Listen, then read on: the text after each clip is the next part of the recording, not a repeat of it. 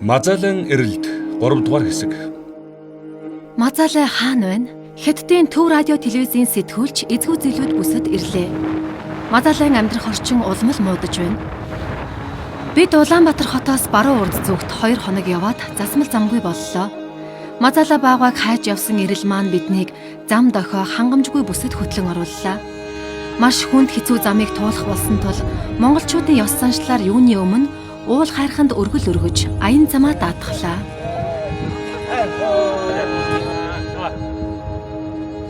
Монголын мэрэгжилтнүүд цагаан эдэ өргөж байна. Ааруулаа ингэж бутлаад өөд нь өргөдөг юм байна. Бидний зураг авалтын ажил амжилттай байх болтугай. Манай цуваг Мазалай баагааг хамгаалах бүсийн машин хөтөлж, бусад машинууд урт талын машины үлдээсэн мөрөөр явна. Ямар нэгэн амтны бараас өдөр олоод харчхамсан хэмээн бид машины цонхоор ширцээр л явлаа.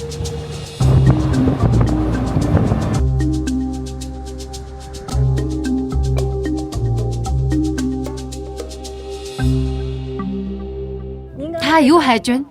Энд хоргол харагдахаар нь туулаа байж магадгүй гэж харлаа. Танаа амтын судлаачид Тийм ээ, өтгөн ялгаж харахаар баярлалаа шүү дээ. Энэ туулаа хоргол шүү дээ. та нарт бол судалгааны чухал материал байх та. Тэнд юу байна чи нэгчээ? Шивлэхэ зэрэг нь Мазалай эдэш тижээлийн гол ургамлын нэг. Та болгоомжтой байгаарай. За, энэ одоо шивлэхэ зэрэг нь Мазалай улаан жимснийг нь хальсаар хоололдог юм. Энэ Мазалай мөр мөн үү? Энэ нь машины мөр. Энэ Мазалай мөр мөн юм шиг байна да. Мазалай яг энэ үеэр л явдаг юм шиг байна. Орой 8 цагийн үе юу? 8-9 цагийн үе. Хайгаад үзье. Мазалайн эдэш тижээлийг олсон ч бид Мазалайг олох байтугай өөрсдөө төрчихлөө. За, явцгаая.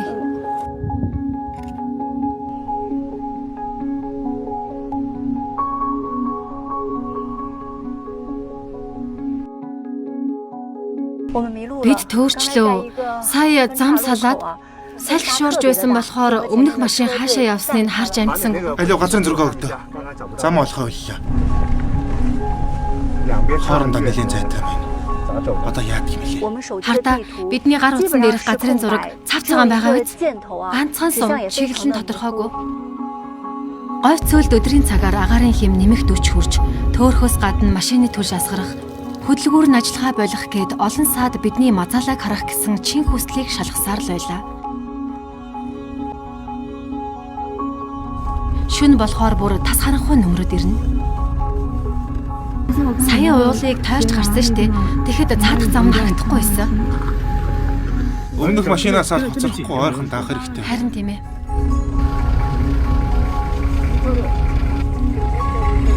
Тоос шороо ихтэй байна. Би ахаад л төрчлөө. Монголын баруун өмнөд говь нь Хятад улстай хил залгаа оршдог. Саяхан энд амьдардаг Мазалай баавганууд Хятадын Шинжаан хүртэл нүүдлэн явж байгааг судлаачид олж тогтоожээ. Хүн болон Бартал замын тээврийн хэрэгслүүд ч хэцүүдэж байгаа цүлд Мазалай 100 орчим километр замыг туулж байна. Тэр яах гэж ингэж амь насаараа дэнжин тавин байж ийм холын аянд гарна вэ?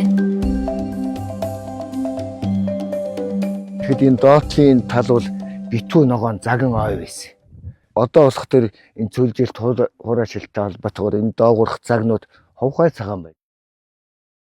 Уур амьсгалын өөрчлөлт хүний үйл ажиллагааны нөлөөгөөр Монгол орны цөлжилт 70-80% хүрч Мазалай баавган амьдрах орчинд хангалттай ус, хоол хүнс байхгүй болсон.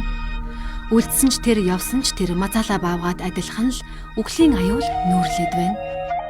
3 дугаар хэсэг төгсөв.